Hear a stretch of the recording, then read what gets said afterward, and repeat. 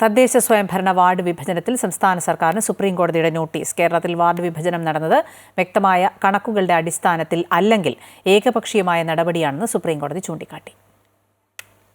തദ്ദേശ സ്വയംഭരണ സ്ഥാപനങ്ങളിലെ വാർഡ് വിഭജനം ശരിവച്ച ഹൈക്കോടതി ഡിവിഷൻ ബെഞ്ച് ഉത്തരവിനെതിരെ നൽകിയ അപ്പീൽ പരിഗണിക്കുമ്പോഴായിരുന്നു സുപ്രീംകോടതിയുടെ നിരീക്ഷണം. ജനസംഖ്യ കൂടിയ സാഹചര്യത്തിലാണ് വിഭജനം നടപ്പാക്കിയതെന്ന് സംസ്ഥാന സർക്കാർ സുപ്രീംകോടതിയെ അറിയിച്ചു. ജനസംഖ്യ മാറിയ സാഹചര്യത്തിൽ എങ്ങനെ എണ്ണം കണക്കാക്കുമെന്ന് സുപ്രീംകോടതി ആരാഞ്ഞു. 2011 സെൻസസിന്റെ അടിസ്ഥാനത്തിൽ ഒരു തവണ വിഭജനം നടത്തിയതാണെന്നും വീണ്ടും നടത്തുന്നത് ഭരണഘടനാ വിരുദ്ധമാണെന്നുമായിരുന്നു ഹർജിക്കാരുടെ വാദം. തുടർന്ന് വിശദമായി വാദം കേൾക്കേണ്ടതാണെന്ന് വ്യക്തമാക്കി കോടതി സംസ്ഥാന സർക്കാർ ഉൾപ്പെടെ എതിർകക്ഷികൾക്ക് നോട്ടീസ് അയച്ചു.